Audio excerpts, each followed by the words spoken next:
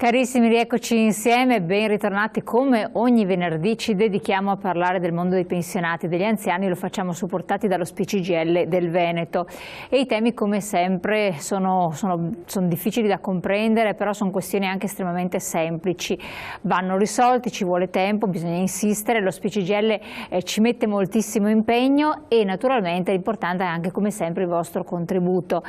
Qualora, io ricordo, voi non riceveste delle risposte perché lo so che alcuni ci continuano a chiamare dicendo che non rispondono i centralini eccetera, provate negli orari d'ufficio, ci sono tantissime sedi dello SPCGL presenti sul territorio a livello regionale, provinciale eccetera e verrete accolti. Dovete portare tutta la documentazione e poi raccontare il vostro caso specifico ai responsabili degli sportelli dello SPCGL, così potete risolvere i problemi. Per carità, anche noi cerchiamo di darvi una mano, però con gli indirizzi non possiamo entrare nel merito.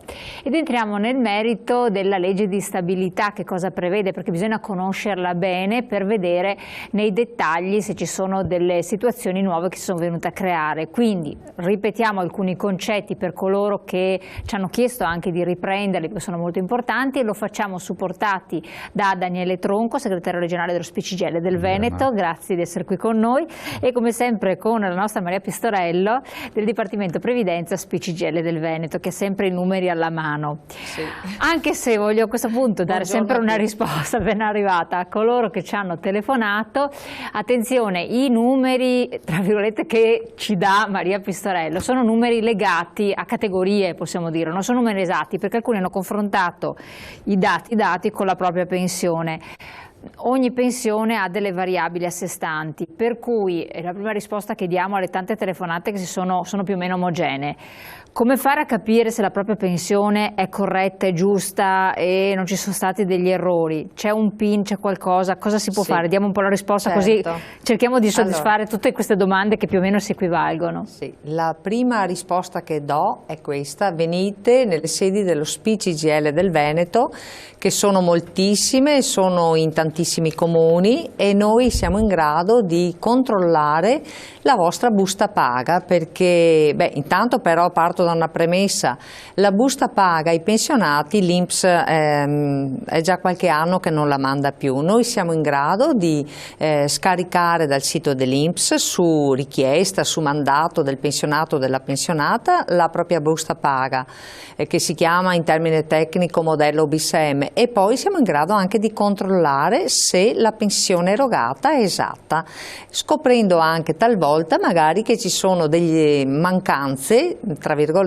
e quindi facendo recuperare anche dei soldi ai pensionati. Quindi adesso, per quanto riguarda l'anno 2016 fino al 2015, siamo in grado, l'INPS ha in linea, l'ultima busta paga che è in linea è quella del 2015.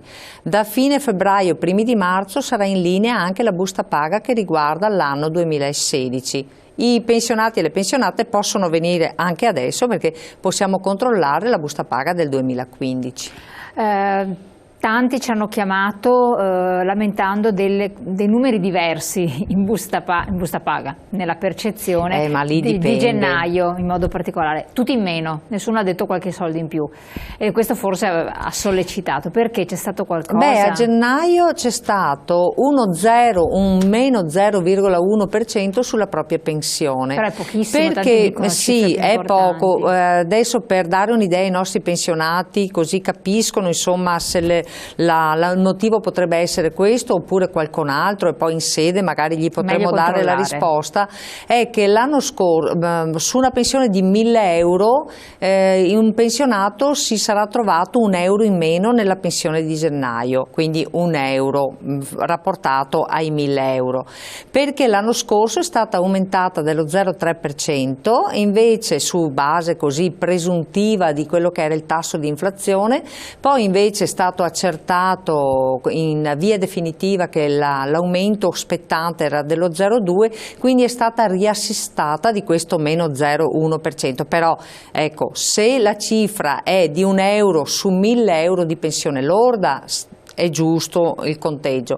Se dovesse essere di più, insomma, venite nelle nostre sedi, perché ogni caso è a sé e possiamo vedere insomma di che cosa ha originato questo eventuale prelievo sulla pensione di gennaio. Perfetto. Allora, queste la risposta un po' a tanti interrogativi che più o meno si equivalevano, quindi importante questo. Io vorrei incominciare adesso i discorsi un po' in generale sulla legge di stabilità a livello generale politico con Daniele Tronco. Soddisfacente, esaustiva, molti invece hanno protestato e lamentano il fatto che comunque non si è toccato quello che si doveva toccare nella sostanza, quindi rivedere la benedetta legge Fornero. Sono emersi altri esodati e quindi altri soldi che dovranno essere dati oppure no. Secondo voi, una valutazione in generale, com'è andata? Allora, insoddisfacente perché non si sono affrontati temi che da anni noi cerchiamo di mettere in evidenza. Una risposta negativa che si inquadra comunque un atteggiamento che il governo ha assunto anche dopo la sentenza della Corte Costituzionale sulla rivalutazione delle pensioni. Adesso è chiaro che non c'è un diretto collegamento, però nel momento, diciamo, con la sentenza 70 la Corte aveva stabilito che negli anni le pensioni si sarebbero dovute rivalutare di una certa entità almeno fino ai 3.000 euro lordi, ecco, insomma adesso per dare una cifra, ecco, perché poi il tema delle cifre è importante, però ecco, bisogna anche capire che poi ognuno vive anche la propria soggettività, sì. Insomma, cioè, quindi, perché è difficile poi entrare nello specifico. Però lì si diceva una cosa molto semplice, che le pensioni, un pensionato quando esce dal mondo del lavoro non ha più i meccanismi, diciamo, legati al mondo del lavoro, cioè la rivalutazione perché c'è il contratto, perché ci sono elementi, scatti che sono... Se viene rivisto il contratto. Se viene rivisto il contratto. Però lì sta sulla base della contrattazione. Il pensionato ha un meccanismo che gli riconosce un incremento sulla base di alcuni principi, diciamo, di alcuni criteri che fanno riferimento all'adeguamento al costo della vita. No? In tempo di crisi questa cosa è stata particolarmente, appunto, ha messo in evidenza che adesso per esempio l'inflazione è zero, anche se ufficialmente, sì, no? Sì. Quindi questo non determinerebbe aumenti della pensione, ma ci sono stati momenti dove l'inflazione era anche del 3, 4, il 5%, insomma adesso periodi di inflazione. Adesso c'è tutto questo dibattito europeo perché anche ieri Draghi ha detto che bisogna portare almeno l'inflazione al 2%, sì. Perché se non c'è inflazione vuol dire che non c'è incremento dei prezzi, se non c'è incremento dei prezzi c'è una deflazione, quindi è una situazione un po' complicata. La risposta che ha dato il governo a quella sentenza è secondo noi del tutto insoddisfacente, perché chi si è visto incrementare la pensione, chi si aspettava un incremento della pensione sull'ordine di qualche decina, di qualche centinaio di euro, si è visto invece un euro e mezzo di incremento e per una fetta anche molto ristretta di pensionati. Ecco anche perché sono state queste variazioni, no? Perché quello che diceva prima la Maria è stato in parte mitigato magari dall'euro e mezzo eccetera. Quindi stiamo parlando di cifre abbastanza ridicole. Tra l'altro noi come SPI abbiamo intrapreso una campagna perché tutti quei pensionati che secondo noi hanno diritto a vedere riconosciuto l'incremento dell'inflazione negli anni passati, quelli previsti dalla sentenza hanno diritto ad interrompere la prescrizione che altrimenti scatterebbe dentro il tempo fino al 2016, però se questi pensionati non si attivano, e qui torna il tema del pensionato che si attiva, che deve andare presso le sedi dei sindacati, delle organizzazioni di rappresentanza per attivarsi, perché ricordiamoci che oggi il rapporto tra il cittadino e l'amministrazione, tra il pensionato e l'amministrazione, in questo caso l'INPS, è un rapporto abbastanza complicato. Per esempio, noi adesso siamo in presenza della campagna dei cosiddetti RED, della certificazione dei RED, che un pensionato deve presentare per avere diritto a prestazioni sociali, a prestazioni di un certo tipo. Le ultime notizie sono, uno, che l'INPS, questo lo sapevamo, non invierà più a casa la busta con la richiesta di produrre la certificazione reddituale. Quindi un pensionato, lui sta tranquillo, non vede nulla, eccetera. Piccolo problema, che se però non presenta questa documentazione, l'INPS gli toglie le prestazioni, diciamo, sociali dal trattamento. E come fa a saperlo? Cioè, come si fa a sapere questa cosa qua? Come si fa? Bisogna andare presso. No, allora, sì. Sì, bisogna andare presso. Adesso questo è un tema, guardate, molto complicato. Io, a parte la questione tecnica, c'è anche una questione di democrazia economica. Adesso usiamo paroloni, però non è uguale la situazione dell'INPS, dell'ente, con la situazione del pensionato. Non stiamo parlando di soggetti uguali, cioè c'è un soggetto più forte che è l'INPS e di un soggetto più debole dal punto di vista proprio anche delle competenze. Tenete presente che stiamo parlando di pensionati, in alcuni casi pensionati molto anziani, perché soprattutto quelli che hanno diritto a certe integrazioni quasi sempre sono pensionati anziani.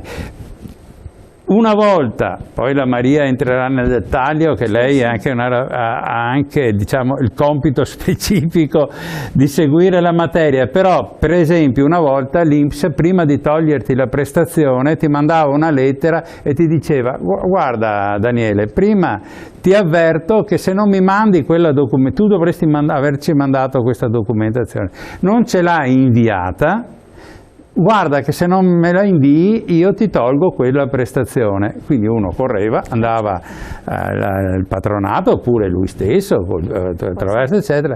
Adesso no, l'INPS ha cambiato, se non intervengono novità, perché noi abbiamo protestato fortemente, cioè, ma se non intervengono novità cosa succederà? Che l'INPS gli toglie la prestazione e il pensionato ha, non so, 60 giorni, di un certo tempo per attivarsi, per farsela riaccreditare quel trattamento là. Questa cosa è una cosa che secondo me non sta né in cielo né in terra. Bisognerebbe grida vendetta al cospetto cioè, perché noi ci troveremo in una situazione, guardate, molto ma molto complicata, perché contemporaneamente il governo toglie i finanziamenti ai centri di assistenza fiscale, che sono i soggetti che fanno da intermediazione tra il cittadino e lo Stato.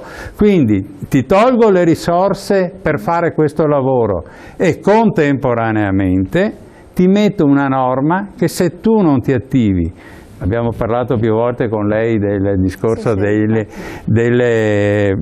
pensioni che troviamo perché abbiamo dei diritti inespressi, abbiamo detto. Qui ci troveremo di fronte a una situazione molto complicata, quindi senza allarmismi, però il messaggio che dobbiamo anche trasmettere ai pensionati: guardate che se voi avete una prestazione sociale, una prestazione di integrazione al trattamento, attivatevi, perché l'INPS non vi manderà più la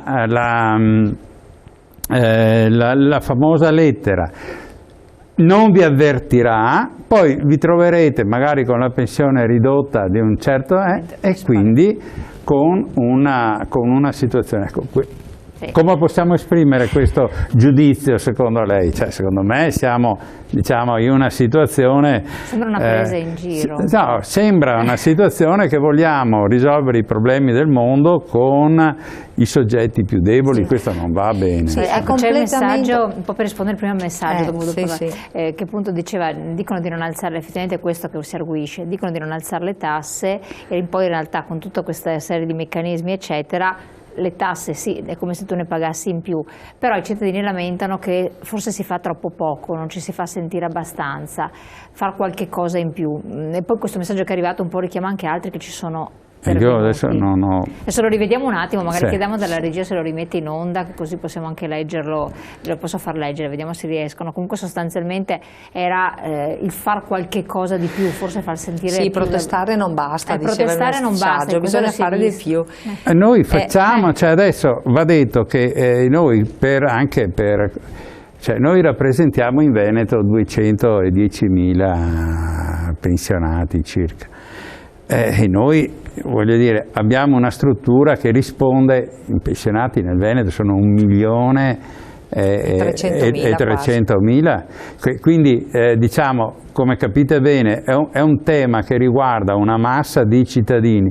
Cosa facciamo? Cioè, adesso protestare nel senso che noi ci attrezziamo, adesso stiamo con le nostre strutture, che sono in gran parte strutture volontarie, cioè gente che si mette a disposizione per dare un servizio ad altri che hanno bisogno, perché molti pensionati sul territorio sono volontari a tutti gli effetti, la stragrande maggioranza. Forse a livello sindacale, deduco anch'io in base anche, perché io mi faccio forte di altri messaggi che poi sono arrivati in corso d'opera durante la settimana, le persone forse si attendono che in certi istanze, in certe situazioni, proprio il sindacato come sindacato alzi la voce da solo, congiunto, insieme, cioè faccia massa critica per ottenere. Perché? Perché in certe situazioni si è ottenuto qualche cosa, però puntando veramente, tra virgolette, puntando i piedi. Invece cercando di ragionare, alla fine i cittadini non vedono dei risultati. Il discorso, non so, per esempio anche della presa di posizione energica che è stata fatta in alcune situazioni, anche sanità, adesso qualche soldino in più, proprio oggi notizia, è arrivato in regione, poi vedremo cosa può servire, eccetera. Sì.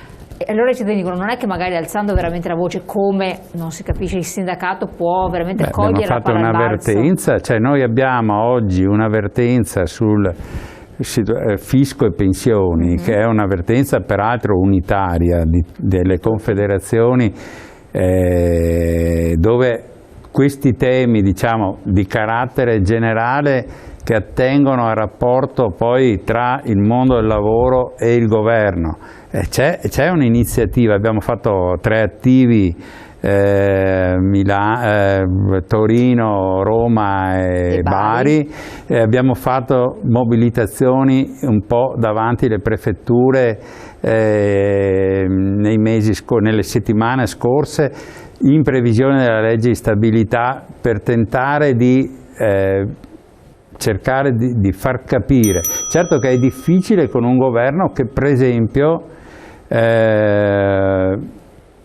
con un governo che mette nel suo programma il non riconoscimento dell'intermediazione sociale che le forze sindacali svolgono. Adesso noi come pensionati un tavolo con Poletti, con il Ministro del Lavoro, cerchiamo di tenercelo stretto, ce l'abbiamo unitariamente e siamo anche riusciti ad avere un po' di risultati, poi casomai la Maria è in grado, però ripeto, siamo in una condizione oggettivamente di difficoltà. Poi se avrò modo poi dirò che stiamo tentando anche di mettere, come dire, in azione una cosa di consultazione di tutti gli iscritti, perché siamo alla vigilia di questioni molto importanti che riguardano il mondo del lavoro, anche con scadenze, diciamo, referendarie di pronunciamento dei cittadini. Ricordiamo, con l'altro messaggio che era arrivato, per rispondere rapidamente,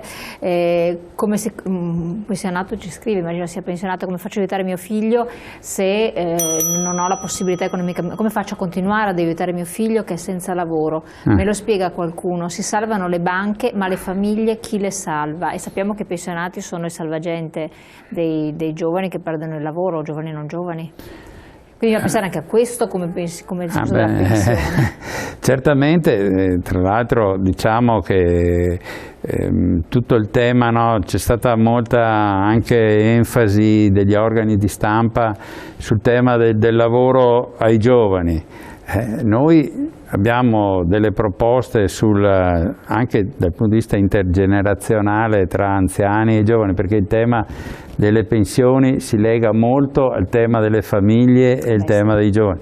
Adesso qui non ritorniamo su questi discorsi che abbiamo già fatto, e che penso che i nostri ascoltatori conoscono molto bene. Insomma, come si aiuta? Bisogna, come dire, invertire una logica che mette al primo posto la merce e non le persone. Insomma, adesso io non so come dirla, cioè, bisognerebbe che ci fosse una politica economica che ovviamente deve partire anche da un input europeo, ma che in Italia deve dare più forza a chi investe sul lavoro. Chiaro, torniamo anche su questi temi, risponderemo anche agli altri messaggi che arrivano, se ci rimandate dentro la trasmissione, perché poi alcuni arrivano purtroppo a trasmissione ultimate, quindi non possiamo dare risposta. Pubblicità, pochi secondi.